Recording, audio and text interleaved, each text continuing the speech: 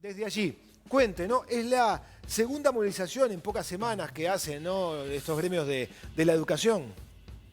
Así es, a fines de octubre hubo otra movilización, son cuestiones entendibles en los cambios de gobierno, donde a veces los sindicatos intentan dar mensajes o no están de acuerdo con ciertas medidas. Bueno, en esta oportunidad hay un paro de 48 horas, 2 días de la enseñanza secundaria y también de la UTU. Vos ya lo adelantabas, Fede, ¿no? El objetivo un poco del sindicato es reclamar por los supuestos recortes que ellos denuncian que va a hacer el gobierno de cara al 2021. Ellos entienden que estos recortes van a implicar la pérdida de 43.000 horas de clase tanto en UTU como la secundaria. Entonces, de alguna manera, bueno, esta movilización atiende a eso, pero también a otras cuestiones que ha llevado adelante el gobierno como política, como por ejemplo la imposición, ellos entienden la imposición de la virtualidad, ¿no? Bueno, en esta exigencia que se tiene por parte de todos los docentes para dar clases a nivel virtual, en el contexto del coronavirus también, ellos entienden que hay una reducción de horas a la mitad, de coordinación, de lo que es la coordinación de los profesores.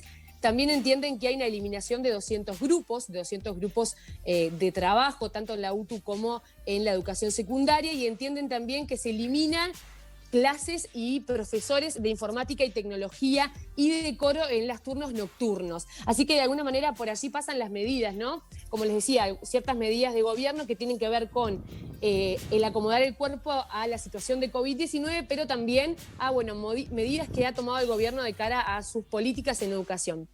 ¿Cuáles Sí, son, hablando de medidas, ¿no?, las medidas que va a llevar adelante los gremios? Porque claro, en contexto de pandemia hay que ser bien cuidadosos de qué manera se van a llevar adelante para evitar aglomeraciones y evitar poner en riesgo a los docentes que se unen a estas medidas de paro. La ocupación de algunos centros, lo veíamos a Emilio Izaguirre más temprano para Teledía. Bueno, la ocupación de algunos centros, yo hablaba con la gente de FENAPES, de la Federación de Profesores de la Enseñanza Pública, y me decían, sí, va a haber ocupación, pero la cantidad de profesores ocupando va a ser la misma cantidad de profesores que van en un día normal para evitar justamente aglomeraciones. Y también va a haber en la jornada de mañana actividades con entrega de volantes y demás. Así que, bueno, por allí pasan las medidas.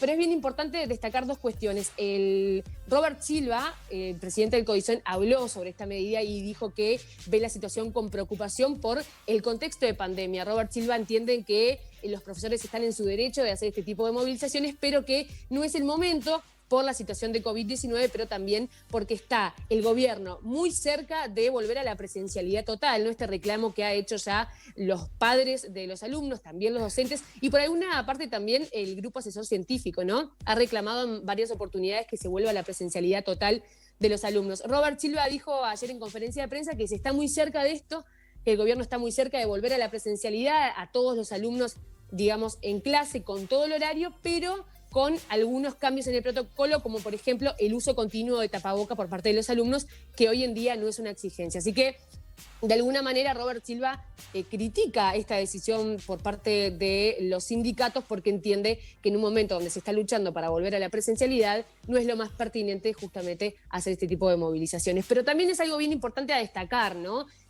Si bien hay paro de los profesores agremiados y que deciden parar, las instituciones están abiertas, y fue enfático Robert Silva e incitó a los padres y a los alumnos a ir tanto a las UTUs como a los liceos porque las puertas están abiertas y va a haber docentes para recibirlos que o no están afiliados o no se afilian justamente a esta movilización puntual en esta oportunidad. Pero por allí pasa un poco la situación en el contexto de COVID-19, donde el Uruguay ve con preocupación la situación actual sanitaria que está transitando el país por, bueno, este aumento de los casos, este aumento de las personas en cuarentena. Surge esta movilización por parte de los profesores de educación secundaria y también de las UTUs. Si vos sos padre o si sos alumno y estás por salir a su centro educativo, está bueno que averigües, eso es un consejo, si va a haber docentes, cuántos van a haber para justamente evitar ir en horarios que no te vayan a dictar clases. Pero, repito, dijo Robert Silva que los centros están abiertos igual. sí, es lógico, ¿no? Por lo general o siempre, las autoridades de educación, cuando surge un paro de cualquiera de los gremios, lo critique o no esté de acuerdo, ¿no? Pero en este caso los argumentos de Robert Silva parecen validados teniendo en cuenta las características de este año, ¿no?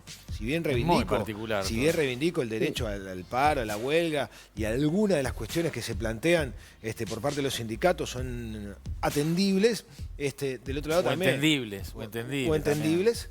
Del otro lado también, claro. Mirá lo que es este año, como para seguir quitando 2 jornadas de clase, pero bueno. Fede, veníamos horrible. Y todavía esto, o sea, no sumemos más cosas, ¿no? Porque no era la educación maravillosa del Uruguay. El problema ¿quiénes son los rehenes? Las víctimas. Son siempre los alumnos y los padres. Y la familia. Insisto, reivindico el derecho a huelga e incluso algunos de los planteos que me parece que pueden estar bien. Sí, por allí también al gremio no le queda otra alternativa. Claro, la única herramienta que tienen como para hacer visibles sus reivindicaciones y en todo caso intentar revertir la situación es esta. Si no, no estaríamos hablando de esto, ¿no? Evidentemente no estaríamos hablando de esto, pero es la eterna discusión, el año ¿no? es complejo, ¿no? Es la eterna discusión y a veces uno piensa, ¿no había otra manera? ¿No hay otra manera de hacer sentir la voz? Bueno, en esta oportunidad los sindicatos han decidido hacer esta movilización, también en un contexto donde la educación, hablando en criollo, la viene remando de manera muy dura. Los profesores, los alumnos, los padres, todos los quienes rodean a la educación vienen haciendo un trabajo realmente muy duro. Y bueno, y esperemos en realidad que sean escuchadas las voces de los profesores, porque tienen derecho a ser escuchados, por supuesto, pero que se respeten las medidas sanitarias y que bueno, que no se perjudique más a la educación, que en realidad es lo que nos va a salvar de todo. Ni que hablar.